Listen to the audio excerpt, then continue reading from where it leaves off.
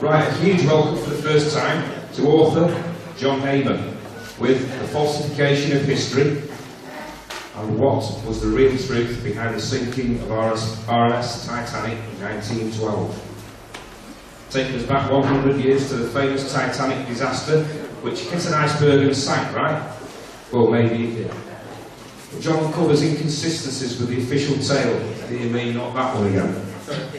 Famous names in the finance world, Rothschilds, Rockefeller, JP Morgan, and possibly a business venture that didn't work out, culminating in the loss of Morgan's no-claims bonus, possibly paid for with innocent lives.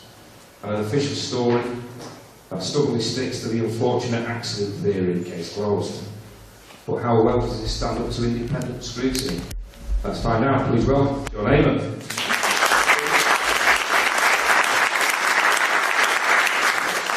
Thanks very much, everyone, and welcome to the real story about the sinking of the Titanic.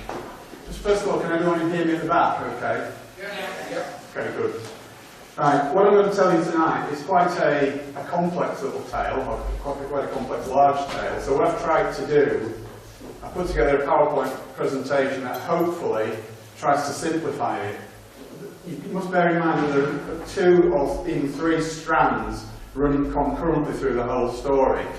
And of necessity, I do tend to skip from one to the other and back again. And I try to make it make sense, but please bear with me if there's bits that you don't follow, because like I said, it is quite complex, but it does all come together at the end.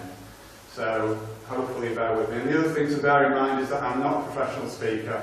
I'm a writer and author, so if you're all expecting Ian R. Craig, then you might as well get your money back now. I'll do my best.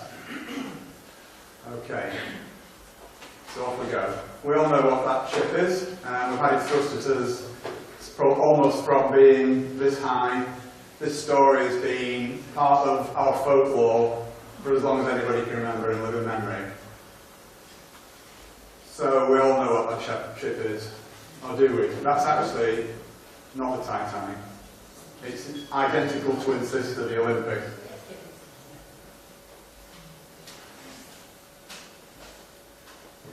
So what do we know about what happened on that night of 14th, 15th of April 1912? Not an awful lot, really. Although we hear so much about it, everyone thinks that they know the story. Well, trust me, you don't. And this is what we're coming to now. We know for sure that a very large ship sank in the early hours of the 15th of April. And we know that there were more than 1,500 lives lost, and that 700 survivors were rescued by another ship, the Carpathia. But once you said that, you said everything. Everything else is really up for question, seriously. And I'm going to show you how that is the case. So let's start by having a fresh look at some of the facts. Moving swiftly onwards.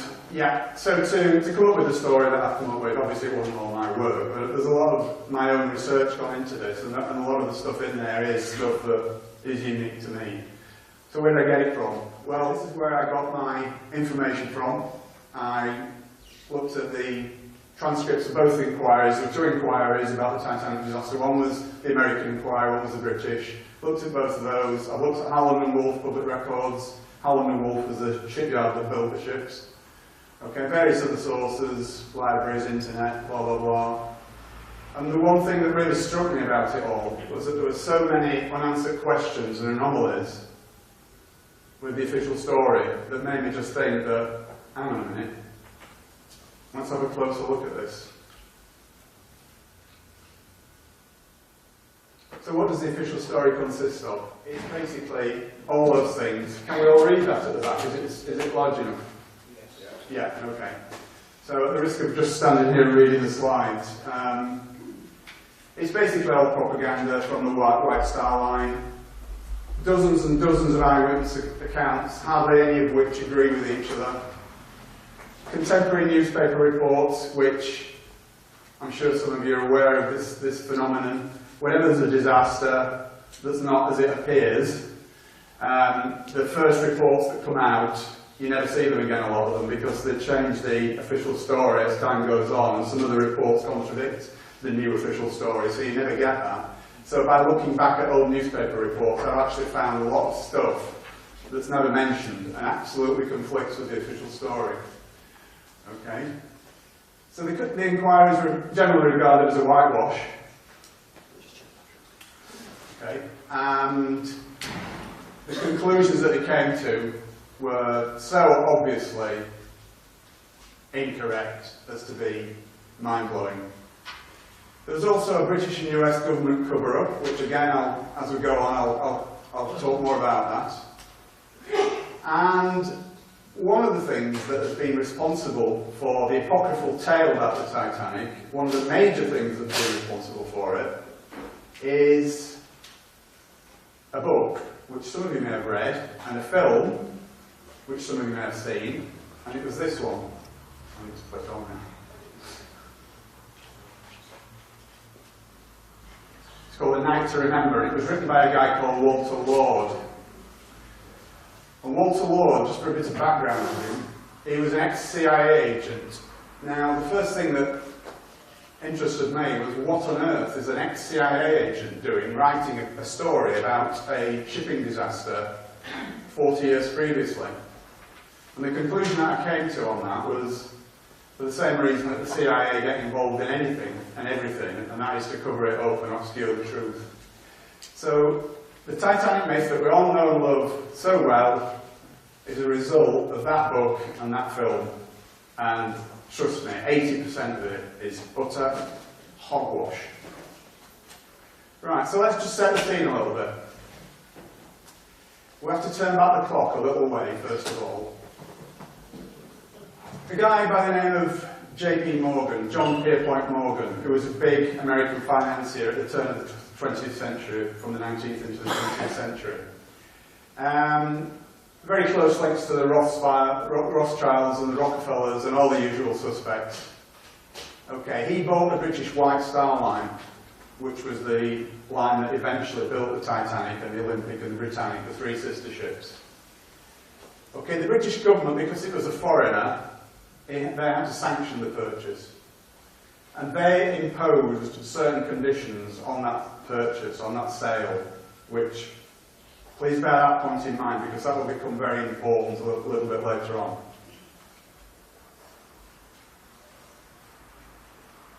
Okay, there's Mr. Morgan himself. What a nice man.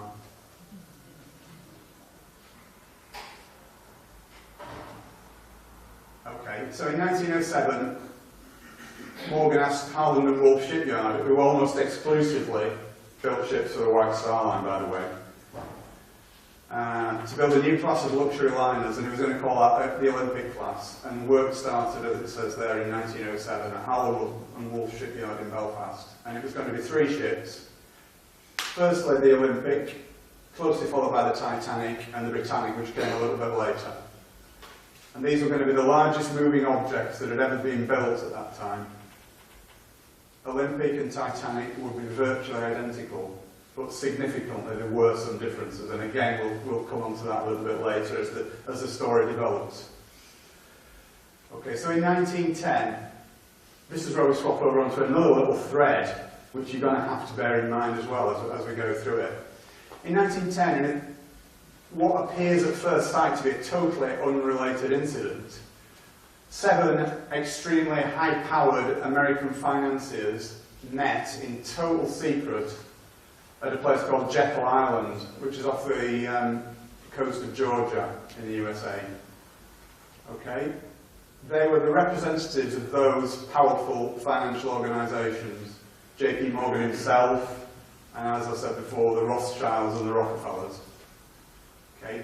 It was all done in absolute secrecy, and this is documented, and the documentation is available, so this is not my speculation. No surnames were used at all. And their plan was to introduce something into the American economy called the Federal Reserve Bank. Now, I guess most people have heard of the Federal Reserve Bank. Is there anyone who doesn't know and wants me to explain what the Federal Reserve Bank is? Don't be shy. Okay. We all know what the Federal Reserve Bank is. But just in case someone's too shy to put hands up, I'll just give you a brief picture of what the Federal Reserve Bank is. Think of it as the American version of the Bank of England. Okay, so it's the American central bank that has the responsibility for the issuance and creation of money.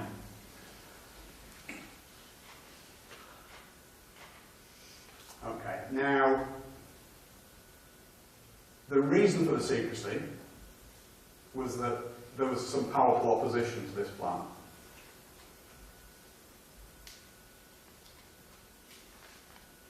Okay, we covered that. Why was the Federal Reserve Bank so important? It was one of the next step in their plans for world domination, basically. They needed the Federal Reserve Bank to just backtrack, say, 20 years before 1910 to about 1890. The decision had already been taken. Now, this might sound fantastic to some of you, but others may know that this is the case. In 1890, World War I was already in the planning, but there was no way of financing it because it would have taken absolute massive amounts of money, huge amounts of money. And the only way that they could do that was to come up with a way of creating money. And the way that they decided to do that was by introducing the Federal Reserve Bank, which was basically going to usurp from the American government the ability to create and introduce money into the economy.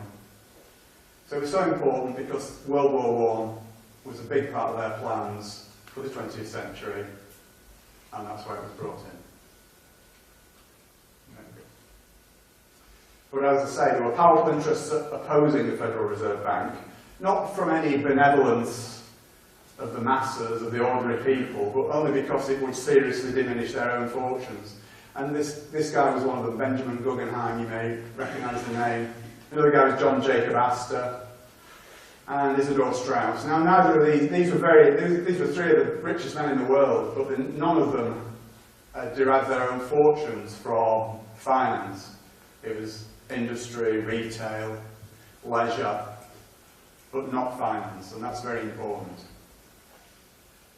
I'll just give you a moment to read that. I won't read it out myself, but that's an important statement from Henry Ford that Henry Ford made in 1918. And he was talking about the Federal Reserve Bank.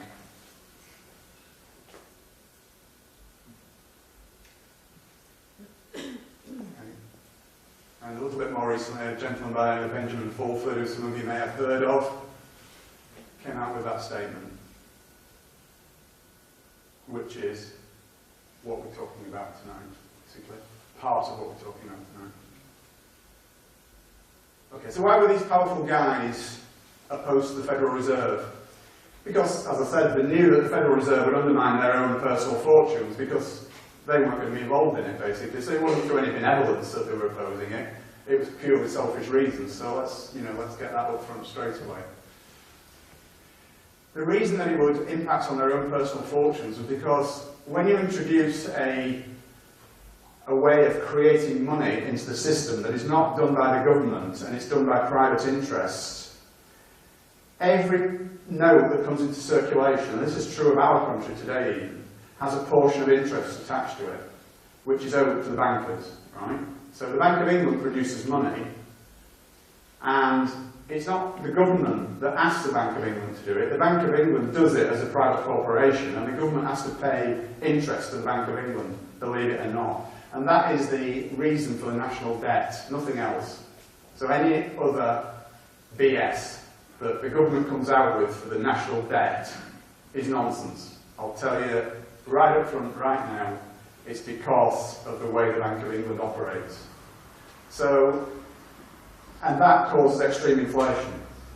We all know that throughout our lifetimes how much prices have gone up, how much wages have gone up, maybe not in the same proportion, but things just constantly go up. And the reason for that is not the rubbish that we're told by the media and the government, it's because the interest has to be paid to the bankers.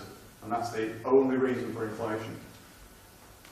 Okay, so extreme inflation will be very dangerous to these guys who oppose the Federal Reserve, and it could even have destroyed their fortunes. So that's why they were opposed to it.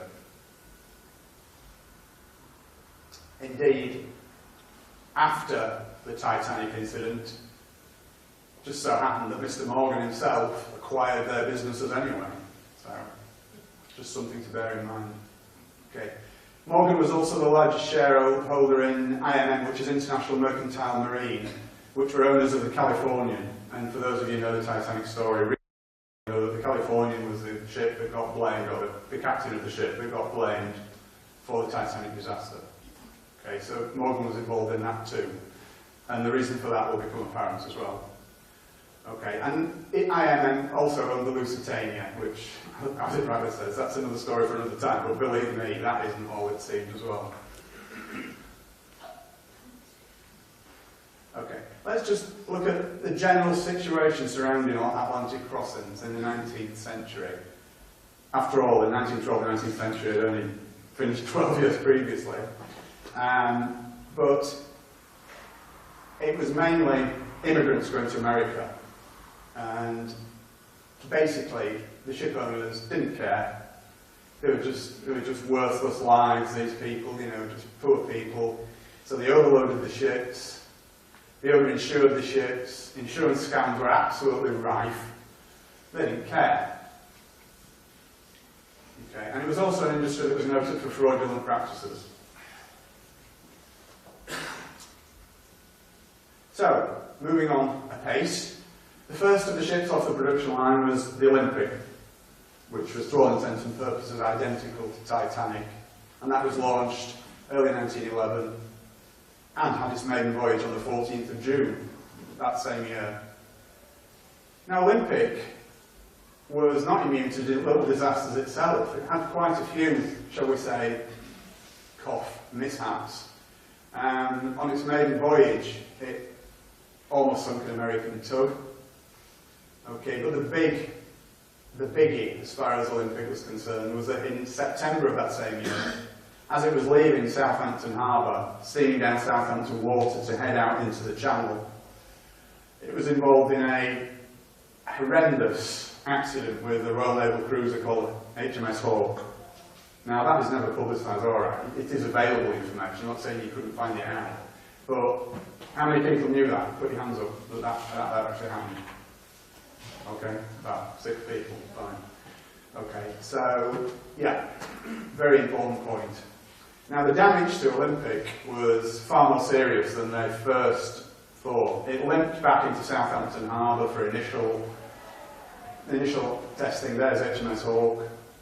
That was almost a write-off as well. But Olympic went back to Southampton and they did the initial damage assessment and they found a huge hole. And by a huge hole, I mean a huge hole. You'll see a picture of it in a minute. But even worse than that, there was all sorts of unseen damage as well. There were bent and broken beams, metal beams. There were thousands, hundreds of thousands of rivets that popped. Steel plates were completely ripped away. It was a mess. It was a mess. There we are.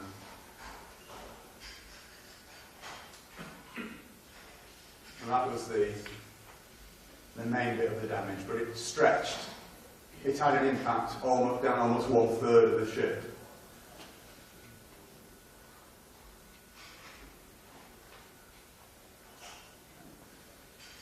Now the biggest problem that it had was it had twisted the keel of the Olympic, and this was causing a huge list of port. It was quite dramatic actually, the list of port, and again that becomes important in a little while. Even the temporary patches to get it back to Belfast, because bearing in mind in those days this was the biggest ship that had ever been built in the world. The only place where there was a dry dock big enough for it was at Belfast. So they had to patch it up at Southampton as best they could using divers to get it back to Belfast, to the dry dock. And even the patches to enable it to do that took 2 weeks. Okay, so back to the dry dock for proper damage assessment in October 1911. In the meantime, whilst all this was going on, any accident involving a Royal Navy ship, there has to be an inquiry, and that inquiry is undertaken by the Royal Navy. And of course, wouldn't you just know it, who was at fault for the accident? It was the Olympic. Now, this was pretty serious. pretty serious. The Lloyd's of London declined the insurance claim, which was an absolutely massive blow to the White Star Line. Now, it was not only liable for damage to Olympic, but it was also liable for damage to HMS Hawke, and this was going to run into many, many millions of pounds, and in those days, millions of pounds were serious money. And the upshot of it would be that had that been allowed to continue, then White Star would have been bankrupt. There's no question about that.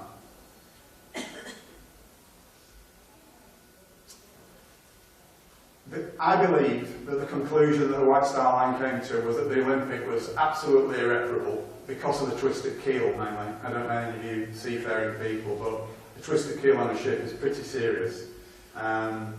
So they got basically two options: scrap it, which would have definitely meant the end of the line for not only White Star, but Howland and Wolff as well, who, if you remember I said, they almost solely built ships for White Star. So if White Star went down, then so did Howland and Wolff.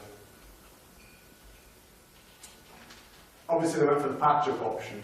I think they were just buying time, to be honest, see what could happen. So they patched it up, and that took 7 weeks. So bear in mind that 7 weeks out of commission, it was a lot longer than 7 weeks if you take the time before it, from after the collision until the 7 weeks began, and then add tack 7 weeks onto the end of that. It's a lot of time for a ship of that magnitude to go out of service. The speculative investment that JP Morgan and co. had put into the Olympic class meant that they needed a return on their investment really, really quickly.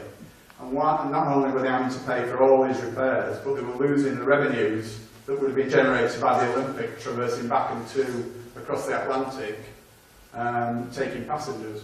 So it was a huge, I can't stress that enough, it was a huge financial blow to them. Okay. Now we know that steel struts were put in place to brace the keel, and I will return to that towards the end of the presentation. So just bear that one in mind as well.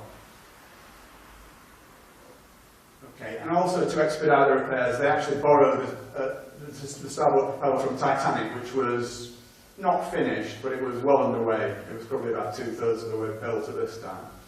Okay, so basically they needed Titanic in service as quickly as possible, along with Olympic, to start generating revenues. Otherwise. Okay, so Olympic was actually involved in yet another collision, believe it or not, when it got back into service in January 1912. And it lost a propeller blade. It had to get back to Southampton. And we know that there was severe vibrational damage, which obviously didn't hold the course at all. And it created enormous stress on what was an already badly damaged ship, even though it had been patched up. So back we go to Belfast again. Propeller blade replacement. Now it's interesting this, because according to Howland and Wolff records, a propeller blade usually took about 5 hours to replace. It was just a case of unscrewing bolts, big bolts, I grant you, but just a case of unscrewing bolts, and with a team of a few men, that could have been accomplished in 5 hours. It actually took 4 days. It was in dry dock for 4 days, having that propeller blade changed, which is a little bit strange, but we'll have a look at that for now. Okay. So what were they doing for 4 days? Well, strangely enough, Olympic had been launched by this time, although it wasn't finished. It was sat there in the water. And they were photographed together several times in Belfast around this time. Don't forget, this is like 3 months before Titanic's maiden voyage, and they were together. Originally, the Titanic was meant to be going out on the 20th of March, but that was put back to the 10th of April. Partly because of all the contretemps with Olympic. And there they both are, the two sisters sat together. Almost identical. Almost. Let's look at the differences. Okay. On the forward part of C deck, which is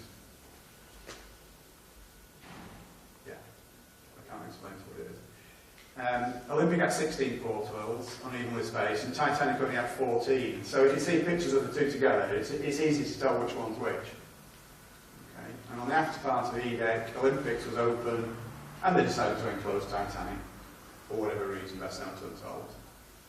Okay, so did they switch them? Well, let's have a look.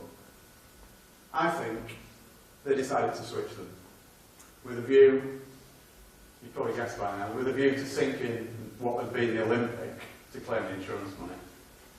Okay, and that, I think that decision was taken shortly after Titanic had been launched. Okay. It wasn't as that big a job. In those days of non-mass communications, there weren't hundreds of photographs, there weren't TV programmes about them, there weren't news broadcasts about them. It would have been quite simple to do. They took a hand-picked group over one weekend, and there is apocryphal evidence for this, that there are urban legends existing amongst the White Star, amongst the Harland and Wolff, the descendants of the Harland and Wolff workers from that time, that said that they'd been passed down from grandfather to father to son, that this had gone on. And that was that there was bribery and threats to families, that if anybody said what was really happening in that shipyard over that weekend, then they'd probably never work again, and that could have been a death sentence in those days. No such thing as social security. Never work again. And as I say, it would have been a reasonably simple procedure. Okay. Only minor changes. They put carpets down in Titanic, which they never planned to do, and the reason they did that, I think, was to cover the scratched lino from what had been originally Olympic. They need to change the nameplates, they need to change the life belts, they need to change the life boats. And there's Titanic when it was launched with the 14 portholes on sea deck. And there's Titanic on its maiden voyage with 16 portholes. Draw your own conclusions from that. Okay. So what other evidence do we have? Okay. There are photos showing 16 portholes, one of which you've just seen by magic. Olympic was open to the public prior to its maiden voyage, and incidentally, does anyone not find it strange, all the fuss and hoo-ha there was over Titanic's maiden voyage? And yet Olympic didn't get that. Why would that be? Olympic was the first one off the production line. Surely that should have been reserved for, as I say, the first one off the production line, not the second one. But again, we'll come back to that.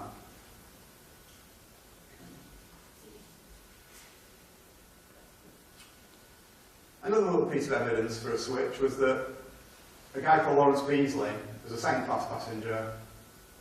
He reported a list of port throughout the voyage. He was a survivor, obviously, and he mentioned it to the crew or to anybody who'd listened. But of course, it was ignored.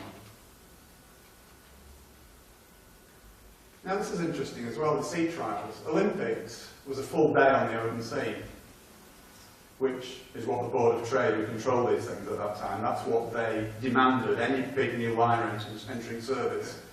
It was a proper, comprehensive trial with Board of Trade inspectors crawling all over it. And that's exactly what happened for Olympic. Titanic, a couple of hours on Belfast Lock, no speed tests, no lifeboat tests. And also, when Titanic docked at Southampton, having left Belfast earlier, ready for its maiden voyage, only 2 firemen and stokers signed up for the voyage.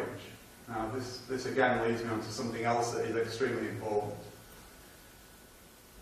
Lots and lots of people said, lots and lots of crew members who were constantly looking for work and constantly out of work, said they would never sail on her again, or that class of ship again.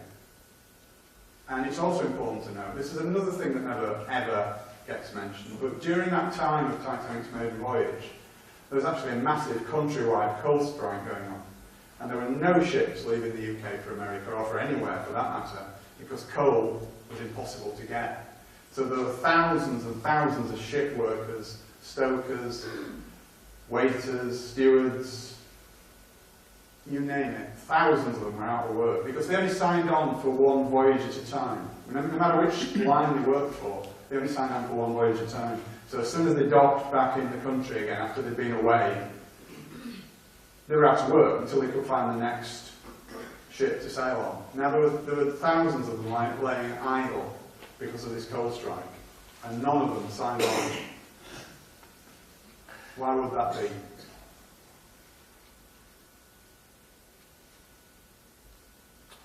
So just to recap a little bit, why would they make the switch? I'm making a serious allegation here. Why would they make a switch? Well, as it says, Olympic was virtually worthless. It was uninsurable. Damage beyond economic repair, I believe. White Star Line and Harland and Wolff would have been bankrupted. So did Mr. Morgan, well, forever with an eye for the main chance, look at it as an opportunity to kill two birds with one stone? Because now this leads us back to the other thread, which is the Federal Reserve again. We have the opponents of the Federal Reserve, Messrs. Guggenheim, Astor and Strauss. It would have been far too dangerous to just bump them off in separate accidents. It would have just been so obvious. Who would suspect that in the aftermath of a shipping disaster of that magnitude that these people have been murdered? If they were murdered, of course. So, back to JP Morgan's kill two birds with one stone. Not only was he going to sink the Olympic, disguised as the Titanic, and claim his insurance money, he was also going to get rid of these guys who could have made life very, very difficult for him and his oppos and their plans for world domination. Okay. Let's take a little look at Edward Smith, the captain of Titanic, who had also been the captain of Olympic on his maiden voyage as well. And he switched to Titanic for its maiden voyage. Captain Smith is generally regarded as being a hero. In all the apocryphal tales that you read about Titanic, Captain Smith, the hero that went down with his ship. He was actually, he had an appalling safety record. He was generally known as a braggart and a show-off, and he used to take great delight in throwing these huge liners around as though they were ducks in a bath, basically. He had more than several serious accidents in his career. I'll just highlight a few. You know, 3 in the Olympic for a kick-off. The Republic, the Germanic, the Coptic, the Majestic. The crew were killed, and that was well covered up actually, that one. So again, I dug that out, but I only had one source for that. There's no other mention of it anywhere. The fact that crew were killed in the Majestic's accident. So he was not the guy that he's portrayed to be, shall we say. Okay, so I believe what happened was, Bruce Ismay, who was the owner of White Star Line, no, he wasn't the owner, I beg your pardon, he was the managing director of the White Star Line. He was brought into Ismay's confidence, and Ismay used his record, his appalling track record, as a lever, and virtually twisted Smith's arm to carry out this conspiracy that they'd all planned. Okay. They were told that the Californian would be standing by. This is the ship of whose captain actually got the blame for the Titanic disaster from the 2 inquirers. Okay, and basically he had to comply, but in doing so he insisted on choosing his own crew. And again, this is something that's quite interesting because it's a known documented fact, and this hasn't been covered up, this is quite true. The fact that just before the Titanic's maiden voyage, all the senior officers were swapped around. They brought in a new one and all the others went down a notch, which they weren't very happy about. But that did actually happen. Smith chose his own crew for that. There you go. Pecking order of his existing officers was affected. Now, there are several puzzling facts about this. Again, as I've already alluded to, despite the coal strike that was going on, they still had difficulty finding crew.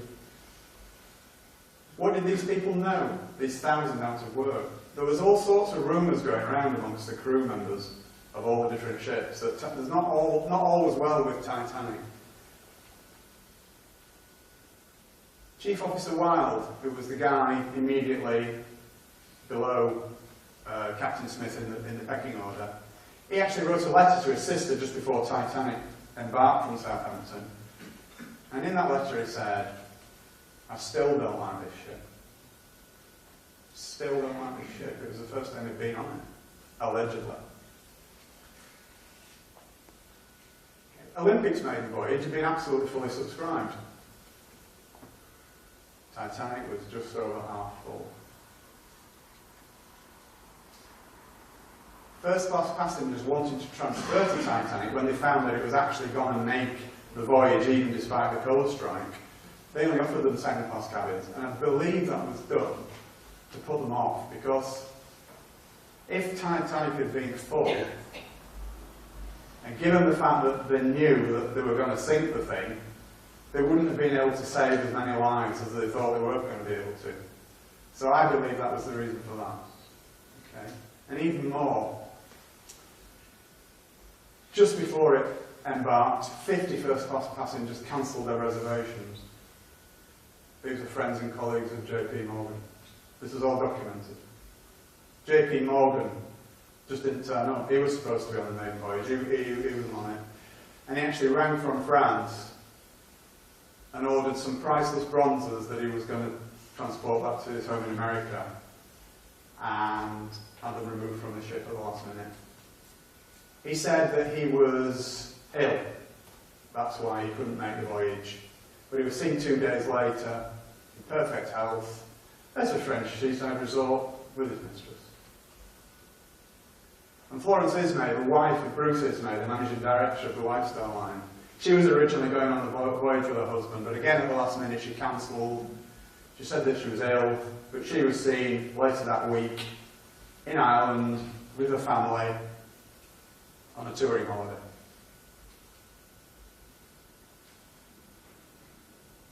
Okay. So what do we know about the Californian? We all know that the Californian was the ship that never came to Titanic's rescue and got the blame for the disaster. Yeah? Is everybody aware of that fact? Right, well, California, this is quite an interesting issue as well. Again, despite the coal strike, Californian left England, I think it left London, 5 days before Titanic. It's had a full complement of coal somehow. Nobody knows how or why. Well, we know why, perhaps. It's had no passengers. I mean, just that fact on its own. It's had no passengers. Why would you send a ship across the Atlantic with no passengers? People were clamouring for passengers across the Atlantic. Everybody was stranded because there were no ships leaving. So the one that is leaving has no passengers. Does that make sense? It's just me. Okay. And also, this is really interesting. I was gobsmacked when I read this. I'm sure you will be as well. There was no cargo. Does anybody know what the cargo was on the California? The only cargo that they had? No. Sorry? No. 3,000 woolen sweaters and 3,000 woolen blankets. Exactly. There she is, the Californian, and there's Captain Lord, who was the master of it. So, on the 14th of April, the Californian came to a dead stop in the middle of an ice field. Now, the story we all hear about that is that, well, of course it stopped because it's in the middle of an ice field. It's too dangerous to carry on. No. Captain Lord, he was a tall man for those days. He was 6 foot. But for some strange reason, he decided to spend the entire night of the 14th and 15th of April on a sofa in the chart room fully clothed. Again, it's all documented. This is not conjecture on my part. It's all documented. He ordered the boilers to be kept fired. Now, normally when ships shut down, for whatever reason overnight, they shut the boilers down to save fuel. Okay? And the crew were made to be on standby overnight. Okay? So what was he expecting? What was he expecting? I can't imagine. I really can't imagine. So back to go to the Titanic, and again, I'm sorry we keep having to swap around, but because everything's happening concurrently, it's not just a chronological story, it's backwards and forwards, so I hope you're sort of following it, and I do apologise for the intricacies of it, but it's the only way I can tell it really. Okay, so again, I mentioned this before, huge fanfare and build-up to the maiden voyage. Olympic, nothing. Could it possibly have been the reason for Titanic's massive publicity? Was it to attract the social greats of the day to it in great numbers, including Messrs. Strauss, Guggenheim, etc. In fact, much of American high society was aboard.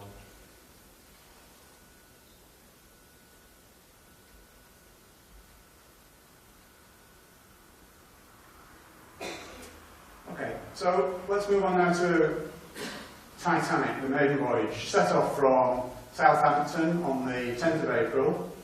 She called it Cherbourg in France, and then she called it Queenstown Island, which is now called Cove, by the way, and then set off across the Atlantic.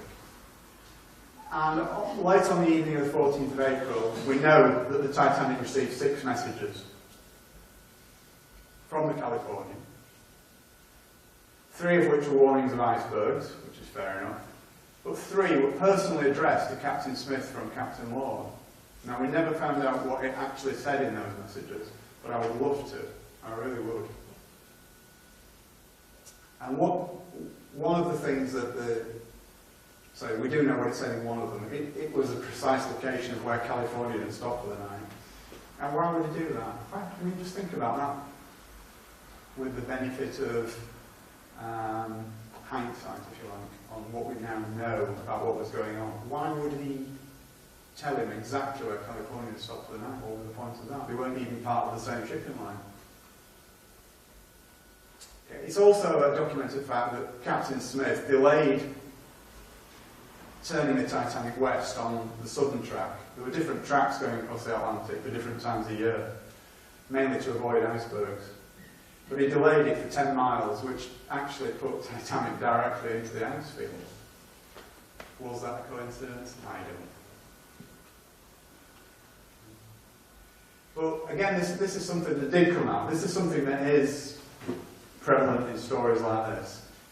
We know that for a fact that the radio operators were busy with passenger messages, so they weren't really taking an awful lot of notice of other ships and their wireless traffic at all. So everything was concerned with getting the first class passengers messages to their family and friends in America who were probably waiting for them at the quayside. Okay, so according to them, they didn't receive the Californians' last messages. So again, draw your own conclusions. Now, we know that there are several other ships in that ice field in exactly that same region that night. And they were all travelling at full speed, so why was Californian stopped? It stopped and closed down for the night. And we're told, as I said before, that this is because you cannot run at full speed through an ice field. But that is just hogwash. I'll come on to that a little bit later. This was Titanic's route from Queenstown across to New York. You can just see the edge of the ice field there. It doesn't show very well on the slide, but it's there. And it's just there where Smith turned into the ice field. And that's where the accident took place. If it was an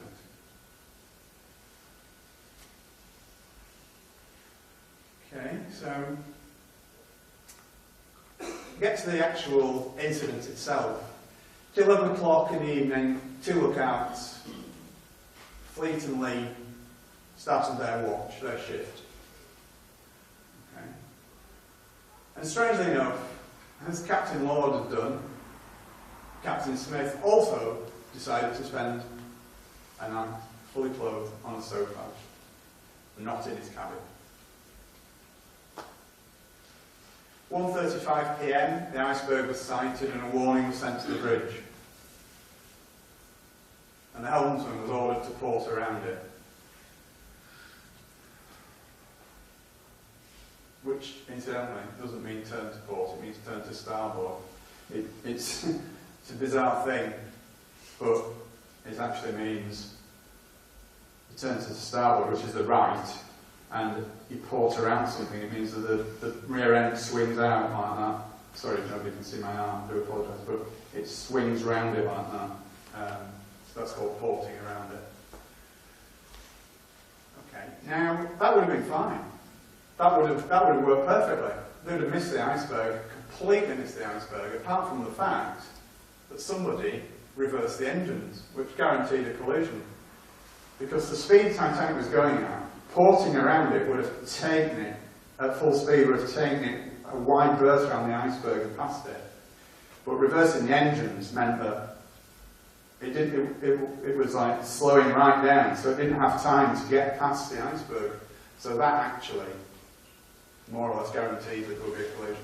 So why was that done? Again, it's all very strange, all very weird. Okay. First Officer Murdoch, who was on the bridge at that time, so he was effectively in charge of the ship while his superior officers were sleeping or off duty. Did he deliberately guide Titanic into the iceberg? Because it was him that gave the order to reverse around. This is an experienced guy, you know. He wasn't a rookie. He'd been around a bit. He'd been on the ships for 20 years. He knew what it was about. You don't get to become first officer of a huge liner like that without knowing, you know, what's right and what's wrong when you're issuing instructions to helmsmen. So that in itself is very strange, and leads me to think that something wasn't right there. Now, another interesting point is that Titanic's turn circle was 1,280 yards, which, as it says on the slide, is about 2/3 of a mile. And its stopping distance from full speed is at 850 yards, which is just under half a mile. Right. Now, in his testimony to the American inquiry, Lightoller, who was the second officer, said that the iceberg had been visible from 2 miles. So, when you just read that information again, given that fact, why did it hit an iceberg? If its stopping distance from full speed, and it wasn't even travelling at full speed, was 850 yards, and the iceberg was visible from 2 miles, something's not right. The iceberg should easily have been avoided in a boat. The other aspect of this is that there were, despite what you may believe or think, there were only actually 6 eyewitnesses to the alleged iceberg collision. Only 4 of whom survived, and all these were working class. And what I mean by that is they were the ordinary seamen. Right? No passengers witnessed it. They were ordinary seamen aboard the Titanic. The 2 officers that witnessed it, well, we'll see what became of them in a short while. Murdoch allegedly shot a passenger and then immediately committed suicide, something which his family vehemently disputed ever since, or his descendants. 6th Officer Moody allegedly drowned, which just left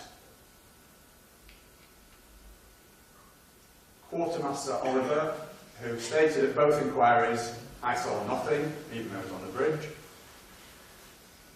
The helmsman, Hitchens, who was immediately transferred to a job as harbour master in Cape Town upon landing in New York. Lookout Frederick Fleet and Lookout Reginald Lee were the only 2 who actually gave any evidence at all at the inquiries. Any or all of those could easily have been coerced and bribed, in much the same way that the Harland and Wolff shipworkers were. Just a simple expedient of threatening them with loss of livelihood. It would have been a piece of cake. Okay, another strange anomaly. After the iceberg hit, or Titanic hit the iceberg, which we prefer, Captain Smith ordered Titanic half speed ahead for 5 minutes. Why would he do that? The thing is taking water. Was he trying to get closer to the Californian? Then as soon as they spotted a ship on the horizon, immediately he closed the engines down. Very confusing. So what we'll do now is I'll just do this little recap and I think it's time for a break. Okay, so now we have a ship standing dead in the water, Californian, sorry, Olympic, Titanic. A rescue ship standing by, which we believe to be the Californian. We have messages sent from California stating its position, for whatever reason. Smith can see a stationary ship on the horizon, and he assumes it's the Californian, and therefore everything is going to plan. And I think we'll leave it there and have a little break.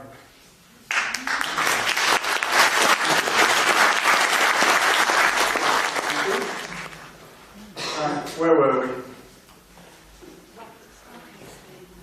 Let's go back a sec. Just give me a couple of seconds to read that. That's where we were.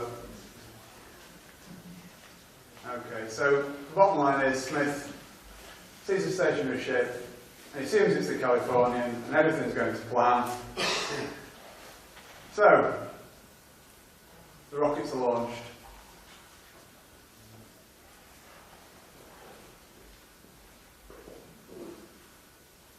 Okay, so Titanic starts sending out its signal rockets around midnight. The signals were seen by the Californian's crew, but only white ones, and that's significant because Captain Lord was heard to ask his senior officers more than once what the colour of the rockets, the ship that they could see on the horizon was sending up, and he was told white every time he asked, and he kept asking the same question over and over again. Was he expecting red or blue? Because Titanic actually sent red, white and blue signals up. So Lord actually did nothing because he kept being told that it was white signals only. So that begs the question really, were these white only rockets, were they from another ship?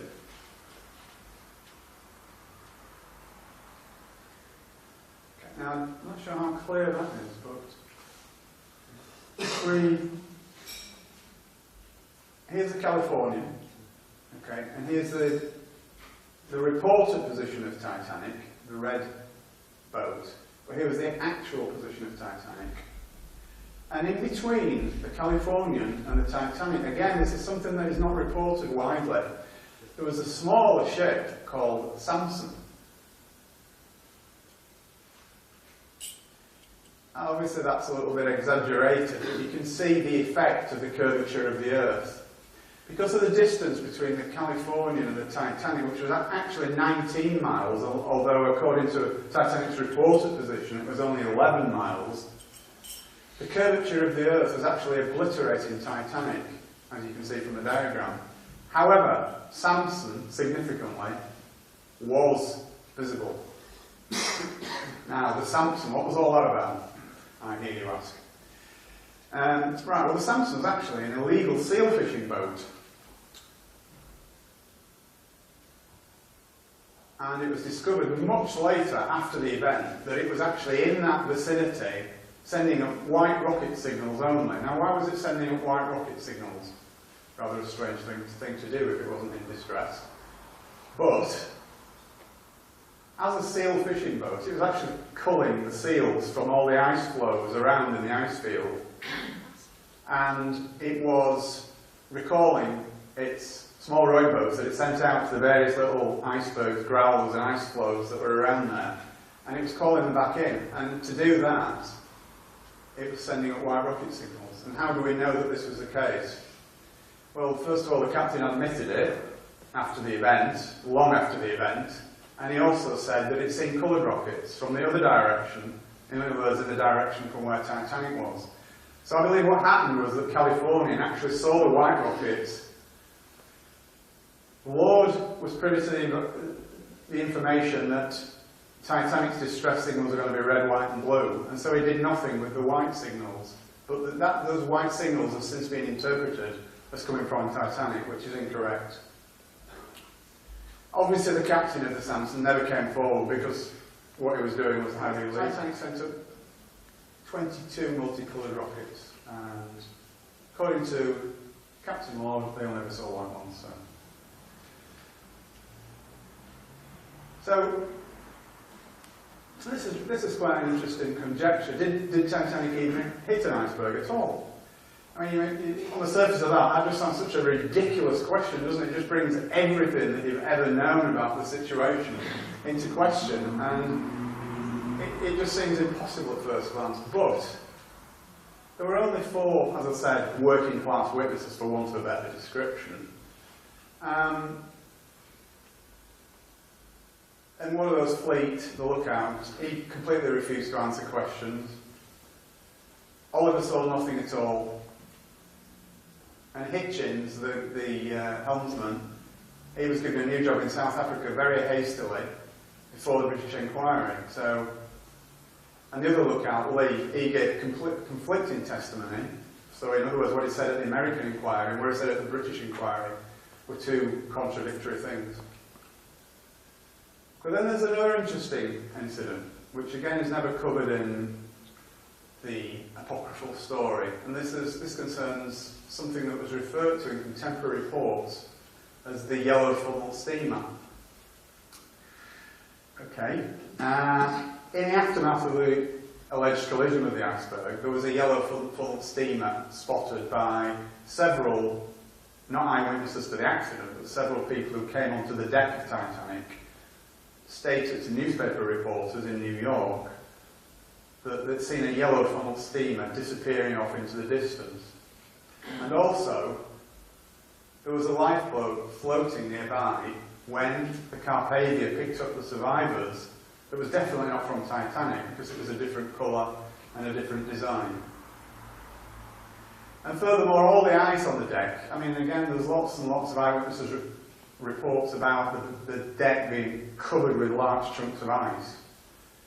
Fine. Everybody assumes that that's from an iceberg, but it was an extremely cold night.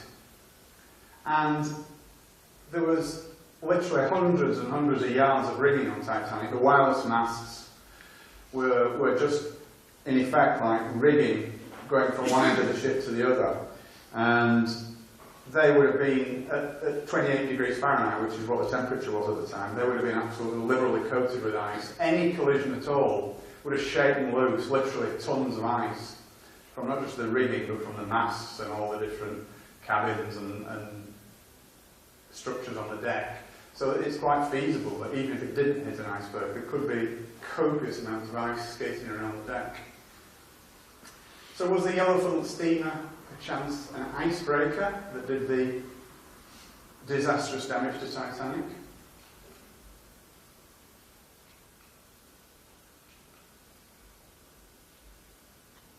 Okay, apologies for the skipping around a bit here, but it's necessary because there's so many things going on at the same time, and it's difficult to do it as a chronological story, if you like. But Edith Russell, who was a British survivor, was adamant that she said that Titanic's officers told her that the Californian was on its way to pick up everyone. This was in the immediate aftermath of the collision with whatever it was. Okay, so the officers told her that the Californian was on its way. Well, the Californian wasn't on its way. The Californian wasn't even aware of where the Titanic was or what was going on at that point because it had not received its signals. So how did the officers know? The lifeboats were less than half full. Everybody knows that. I mean, they were. I mean, that's no exaggeration. The lifeboats were less than half full. But why would that be? What on earth would possess officers, experienced officers, to actually send out lifeboats half full? Well, we hear all sorts of stories about how that was, but to be frank, none of them stand up to close scrutiny. I believe that the reason that the lifeboats were sent out half full was that Captain Smith knew that the Californian was standing by, and he ordered the lifeboats sent out half full. He thought the Californian was closing on the Titanic, so the lifeboats were sent out with the intention of bringing them back again to ferry everybody else off as well. So it was an expedient at that time. Get as many people on board as you can on these lifeboats. Doesn't matter if they're not all full, because they'll be coming back very soon. Because the Californian is steaming towards us, closing the gap. So it doesn't really matter. Meanwhile, Lord was still waiting for his coloured rockets, and the Californian was just sat there doing nothing. And eventually, it actually dawned on Smith and the rest of the senior crew that the Californian wasn't coming, and by that time it was too late. Okay, around 5:30 in the morning, Lord actually discovered that the Titanic had sunk. They'd actually kicked the wireless back into action again, because the Californian's wireless had shut down at midnight. Don't ask me why, I don't know. It doesn't make sense, but it did. They got the wireless back on again at this time, and he found to his horror that the Titanic had already sunk. And he set off towards them at that point, but it was too far away to do anything. And at that same time, Carpathia was just actually reaching the lifeboats from Titanic that were all, by this time, tied together and floating along, being rowed along in convoy. Okay. All the lifeboat passengers were taken aboard Carpathia and given medical aid. Bruce Ismay, the managing director of the White Star Line, who you remember was on board the ship for the maiden voyage, but his wife wasn't. He was allegedly in complete and utter shock, distress. He was taken to the doctor's cabin and sedated, but that's contradicted by the fact that at around that time he also sent 3 messages around 10 minutes apart to the White Star officers in New York. So again, a strange anomaly. And once they arrived in New York, all the crew were immediately subpoenaed to attend the official inquiry, which was to take place the following week. Sorry about this, skip some of it. That's an interesting photograph actually. It's nothing to do with the conspiracy at all, but it's just, that's the first Titanic lifeboat arriving at the Carpathia. Somebody on the Carpathia took that picture, which is a very poignant.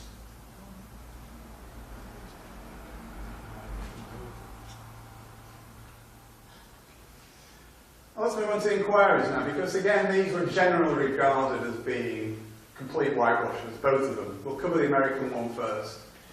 Incredibly, the witnesses that were called were restricted to only answering questions that they were asked without elaboration.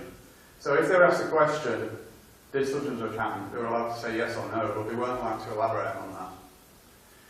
Seems rather strange to me. Lightoller, the second officer, very evasive, almost as though he was working to a script. He was caught out lying time after time by the head of the inquiry. He actually claimed at one point that it was in the water for almost an hour, which is absolute abject nonsense.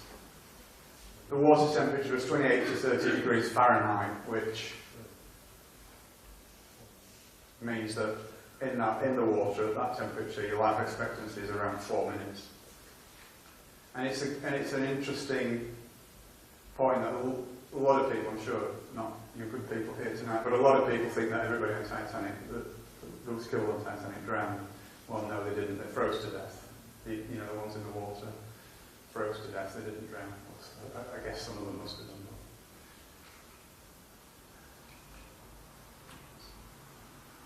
that. Lightoller referred to the inquiry as a complete farce, and he wasn't wrong. Stacks and stacks of contradictory evidence. I've got loads of examples, but there's far too much to cover in an event like this without boring and all silly. Okay, Fleet, again, he was very intransigent, he refused to answer questions. When you read the transcript, it looks to me like he was told to say nothing, and he did his best to try and say nothing, but he was coerced by the guys who were cross-examining him. And as a result of that, because he was just an ordinary guy, he wasn't very eloquent, he became very angry and agitated, and it was obvious that he was covering something up when you read the transcripts. Okay, and this is an important point as well.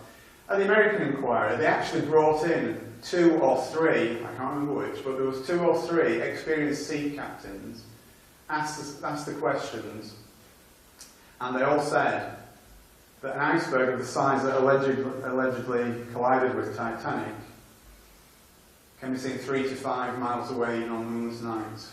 And also, significantly, it's normal procedure to maintain full speed because of that fact. So why was California stopped? It really does beg the question.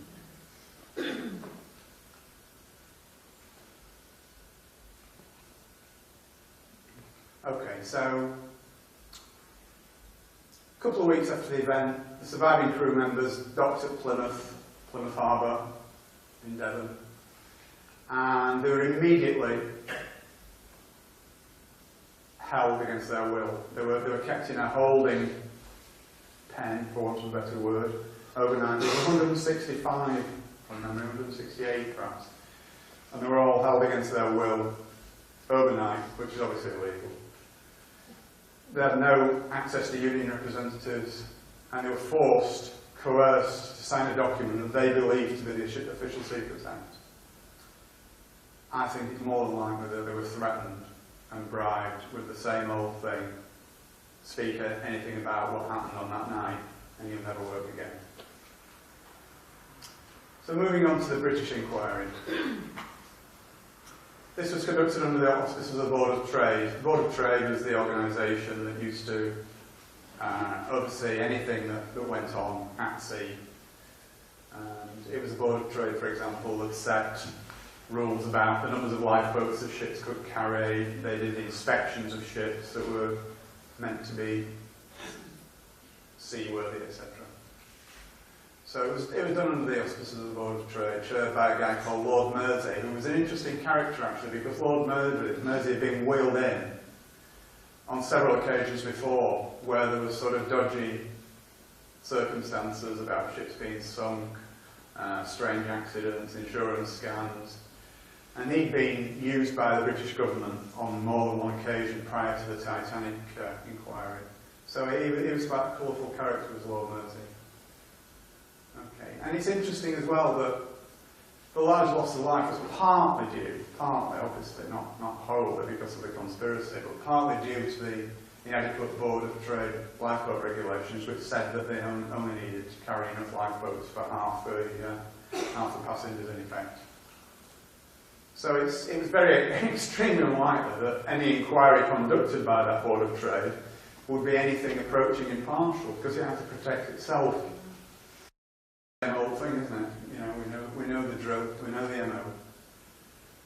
And it was at the drill hall in London where the acoustics were so poor that neither spectators or press could accurately follow proceedings, so they couldn't really understand what was going on. And again, I believe it was all part of the same whitewash.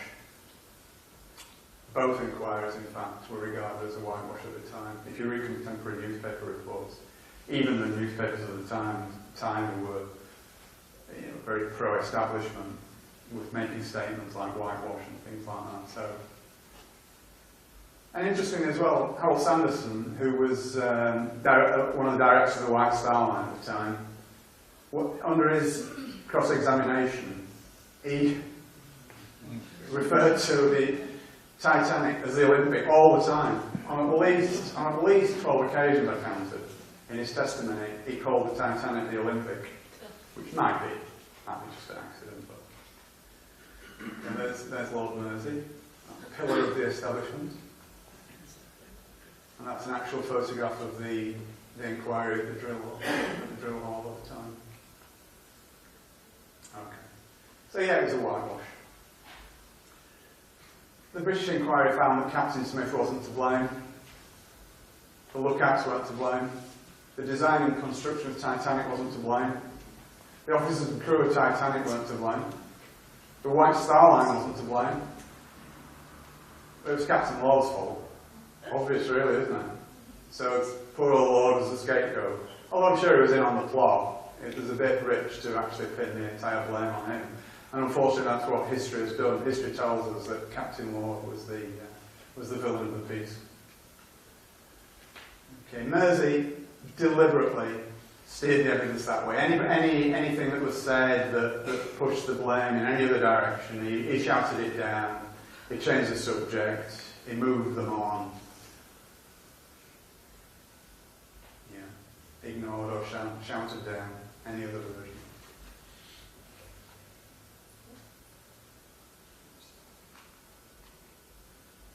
Okay, and he actually deflected the attention away from lots of other things that I would have thought might have been sort of fairly important.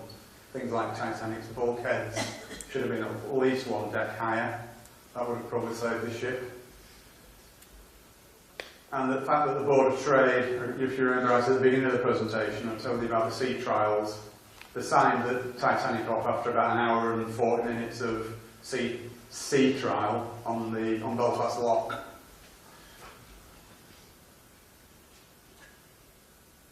Okay, now where does the British government fit into all this, do you think? Because none of this could have been expedited without the collusion of the government. Now, why would the government want to do that? What would be the motive for the government to do something like that? Okay, let's have a look at that. Okay, so it couldn't have happened without their collusion. There's no doubt about that. Interesting that there would have been absolutely massive political repercussions if White Star and Holland and Wolff had been bankrupted. For a start, there would have been 25 to 30,000 people out of work in Belfast at the shipyard. And when you take into account all the dependent industries, that figure would have risen much, much higher. Okay, the Liberal government who were in at the time under Asquith would probably have not been re-elected. But more importantly than any of that, obviously important, but not as important as, if you remember, again, cast your mind back to the beginning of the presentation, I said that Morgan came to an agreement with the British government, which he had to do in order to take over the White Star Line in 1903. Okay, so in taking over the White Star Line, he agreed that any White Star Line ship at all could be requisitioned as troop carriers in the event of war. And given the fact that we know that World War I was already, the plans for World War I were already well advanced, you have to trust me on that, it is true. This was extremely important. If Morgan had not had this agreement, he could have just taken ships away. Even if the White Star Line had gone bankrupt, he would have been able to take away the assets from the company, which would have been the ships, and the government would have lost their troop ships. Which is what it says on the next slide, basically. As a major creditor, Morgan would have been perfectly entitled to exercise his rights to seize those assets, the ships, and the government would have had no troop ships. So the government therefore fixed the inquiries, in my humble opinion, in collusion with the US government, which did the same on their side of the pond. As we know, they all work together anyway, don't they? Okay, and then, well, not least of all this, there was an element of insurance scam involved as well. It cost 2.5 million in money at that time to build, which is, it's near like 200 million now, but it was 2.5 million it cost. The damaged Olympic would have been insurable for much, much less if it had ever managed to sail more than halfway across the Atlantic again. And it was a fact that White Star Line normally insured its ships for about 75% of the value. So even if Olympic, sorry about that. So even if Olympic had been, even if they'd been able to claim insurance on the Olympic, it would have been around 1.8 million. Actually, I'll say the Olympic, Titanic, we'll take a pick which one it is. In fact, the insurance on the Titanic was up the week before the main voyage to £3.2 million. which was a nice little killing for Morgan.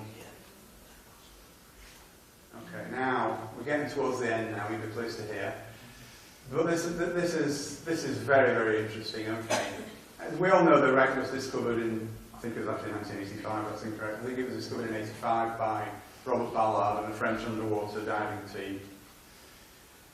Obviously, we've all seen pictures of the wreck under the sea, and it's in extremely poor condition. Obviously after 100 years on the seabed, it would be, wouldn't it? That's not a surprising statement at all. Now, it's interesting that the grey undercoat was only used on Olympic. Titanic's was black undercoat. Okay.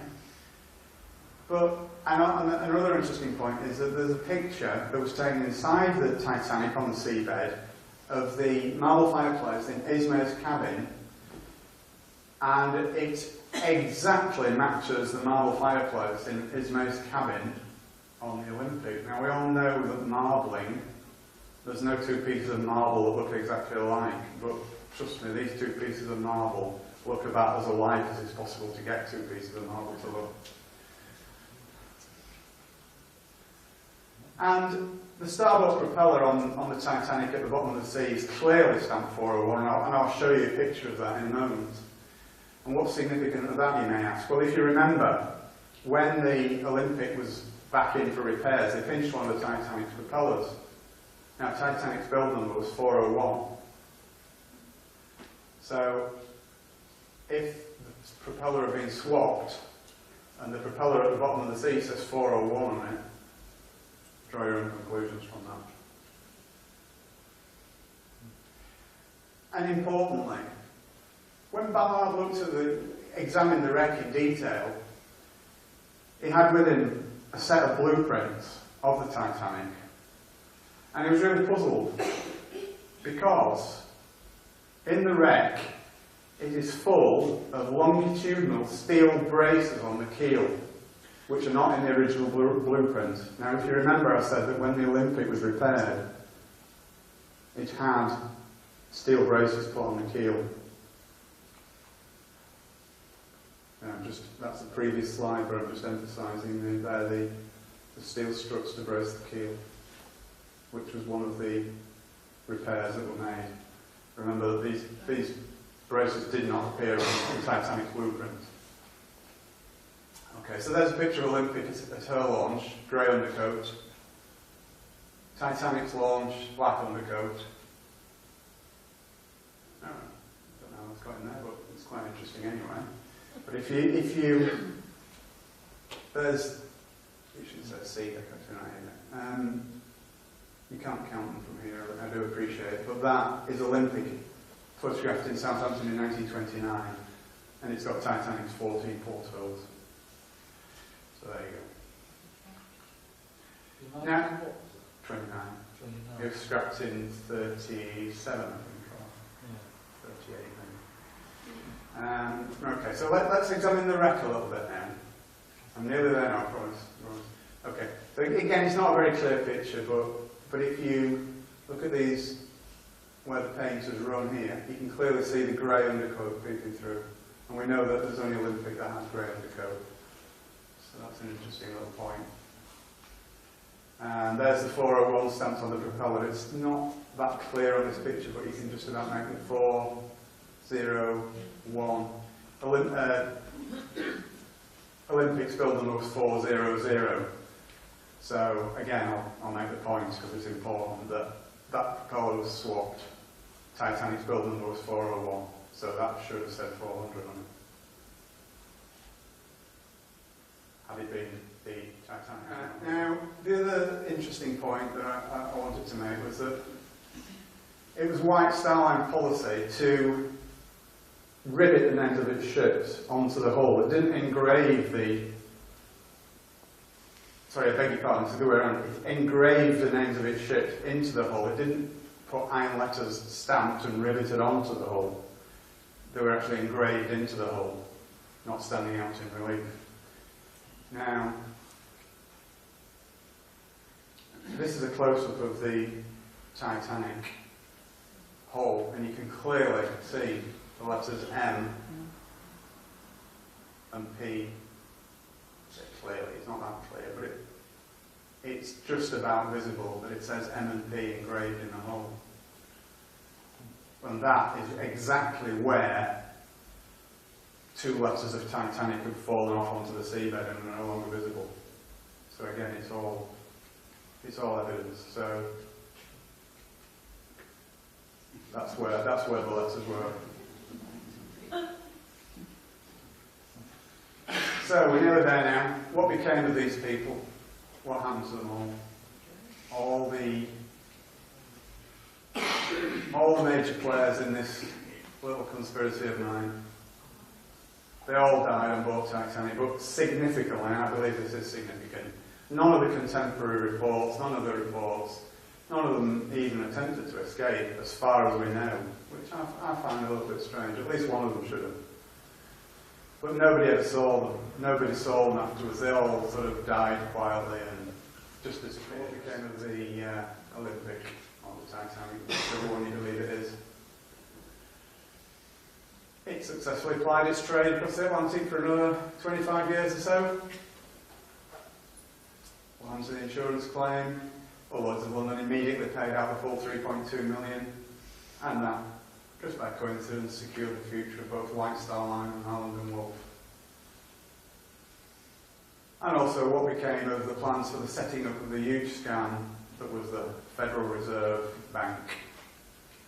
Well, the Federal Reserve Bill was passed without serious opposition. You'll all be absolutely gobsmacked to hear. On the 23rd of December 1913, when 9/10 of Congress had gone home for the Christmas holidays, it was introduced earlier that afternoon, and it was about that thick apparently. So no one would have time to even read it, let alone digest its implications. Okay. And as I sort of mentioned earlier on, it's the beginning of the American national debt, just like the British national debt began with the Bank of England in 1694. The American national debt started in 1913 and currently stands at 16 trillion. Now, trillions and millions for the purpose of this. They're just mind-boggling numbers, and it'll never be paid back, ever. It's impossible. So basically, we're all in debt, or they are in debt, and their descendants as far into the future as you can possibly imagine, forever. And that debt is increasing. And more importantly, the Federal Reserve Bank enabled the bankers to fund World War I, which is what they've been aiming on doing for the previous 20 years. Obviously World War I started the following year. So, that's it.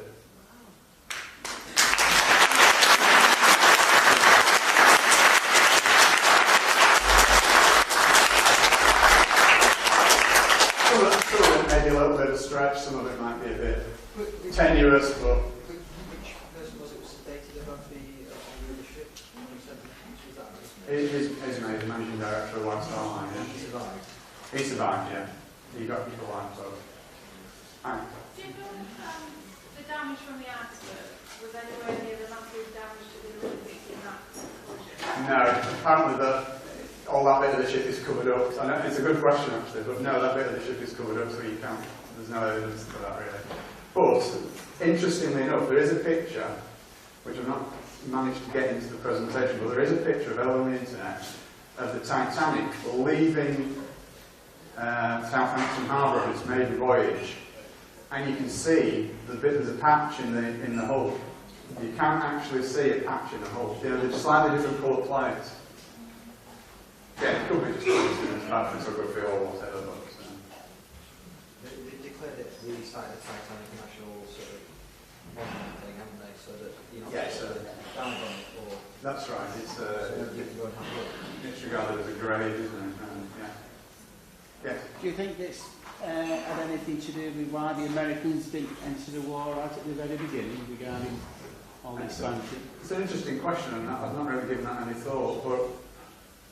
Seems funny, it's like 2 or 3 years after the First World War started. Yeah, but don't forget that even though it was in America, the Federal Reserve, I mean, these people transcend all countries. They're not just Americans.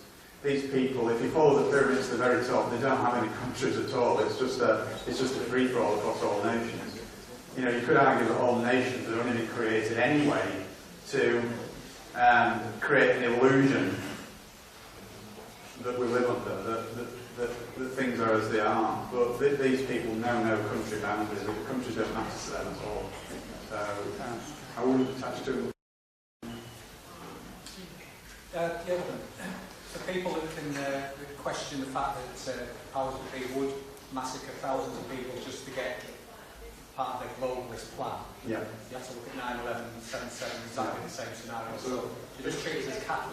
Absolutely, you don't care. But interestingly, to go back to the time period when this happened, chivalry was dictated, but it was women and children first. Yes. And yet Ismay got off, and the industrialists could have put a stop to the Federal Reserve. Yes, exactly. Yeah. I mean, Ismay lived in shame for the rest of his life over what he did, because he actually he got into a lifeboat against orders from the crew, because obviously he knows the managing director of the White Star Line. It was the crew that were in charge, basically. He had to do what they said, because, you know, when they're at sea, they were his boss, not the other way around. And they actually said, no, you can't go in. And he just got in.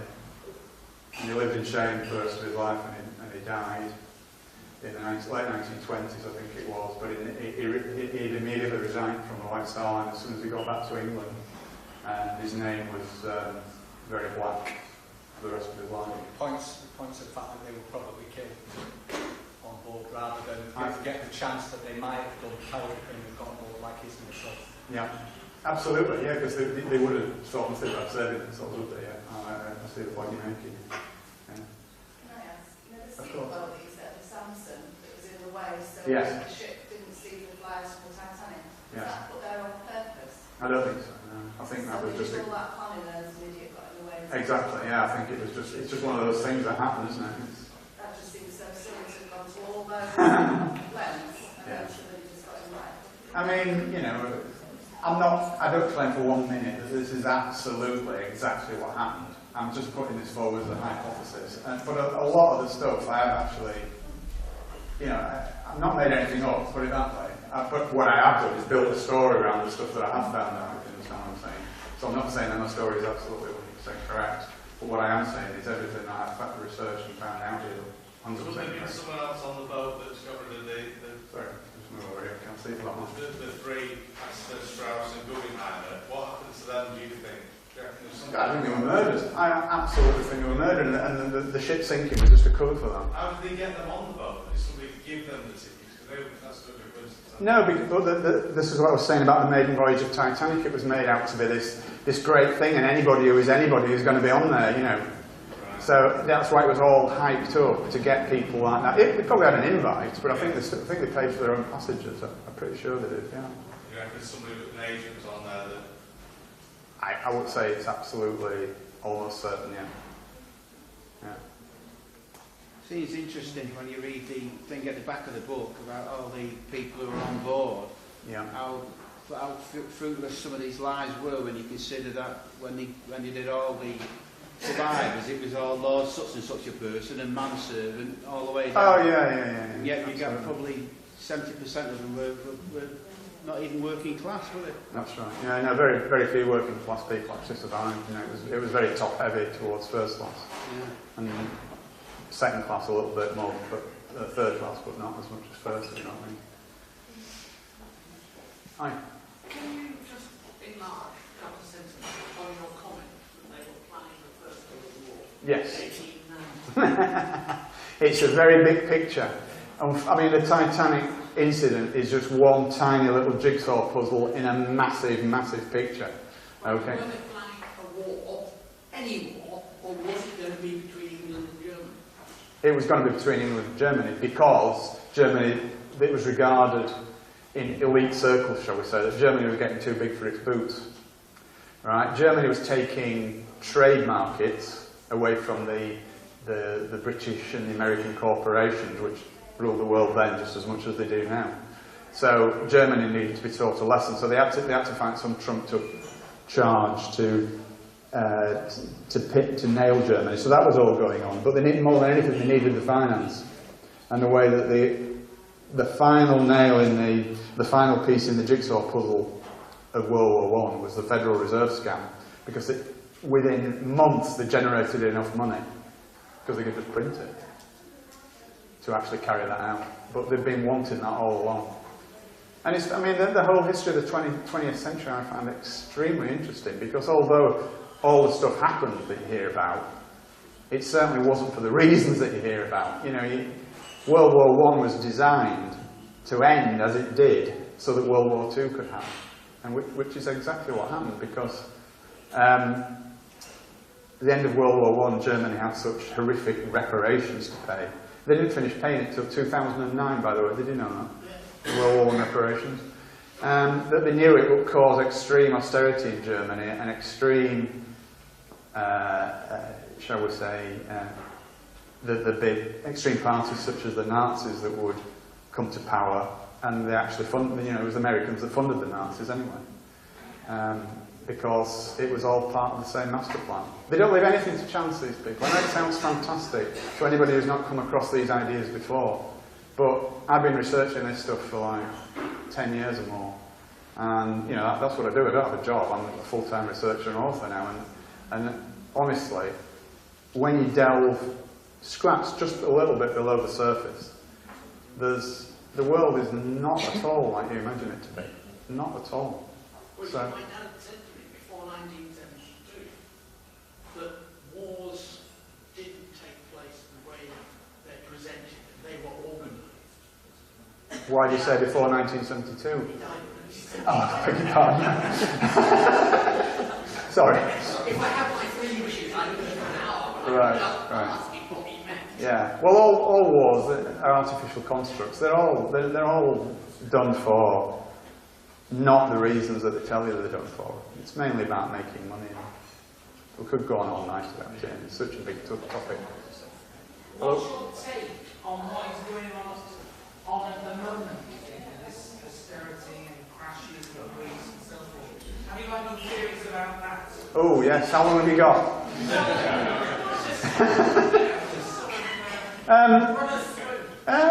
Well, again, it's only my view. I wouldn't suggest to speak for everyone, but you know, it's all part of the same thing. It's about control of populations. I mean, when you think about it, you know, let's just take the Greek situation and the Spanish situation as an example. You know, who does Greece owe all this money to?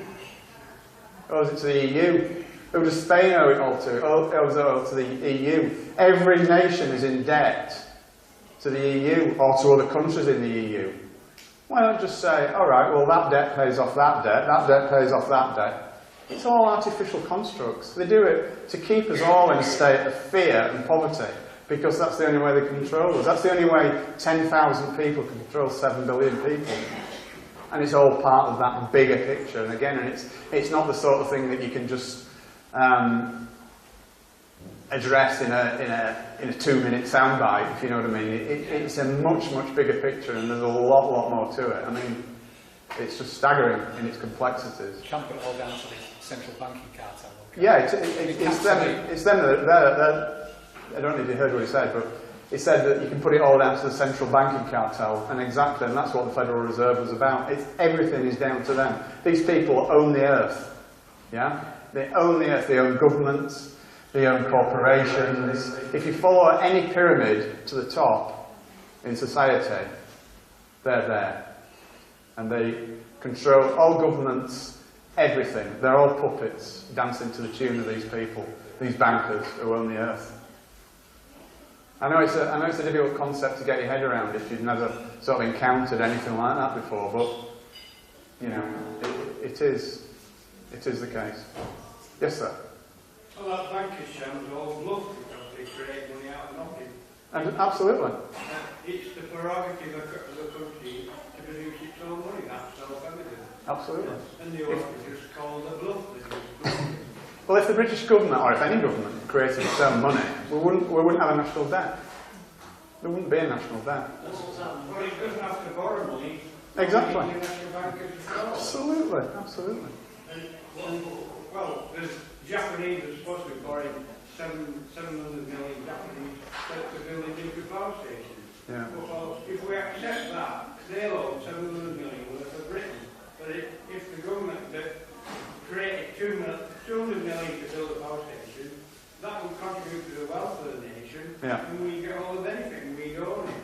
So this Japanese law investment that's coming supposedly from Japan, we just want stopping it, it's nothing. Yeah. They create out nothing, and it becomes money when we accept it as money. Yeah, exactly. Yeah. So we just yeah. produce our own money. It's just another tiny little strand in the whole spider's web is going on. Yeah, absolutely. Well, there was a story that it might have been some by a torpedo. You did mention another ship there. It could have been, yeah. Yeah. I mean, it was just my presumption that it might have been an icebreaker. It could have been a torpedo, for all I know. Yeah. Have you ever heard the idea? I've read it. No. Well, I mean, one thing I didn't mention in the presentation was, and perhaps I ought to, is that the actual hole in the side of Titanic was very strange. It was a very strange shape. Yeah, that's It was about that wide, and it was about 60 metres long. But the interesting thing about it was that it actually penetrated 1.6 metres into the ship. Now, how can a piece of ice do that? Have you ever seen a piece of ice that shape? That's 1.6 metres long and only that wide, and yet can break through steel. So what are you actually saying then? Well, I'm saying I don't think it was ice that did it. So what do you think it was? I think it was an icebreaker. I guess it, to be fair. Oh yeah, I understand that. Yeah. But I suppose I'm more saying that it wasn't ice rather than what it actually was. John, I think you've done a fantastic job on a really complex subject. Thank you very much. Absolutely splendid. Thank you. Your name, ladies.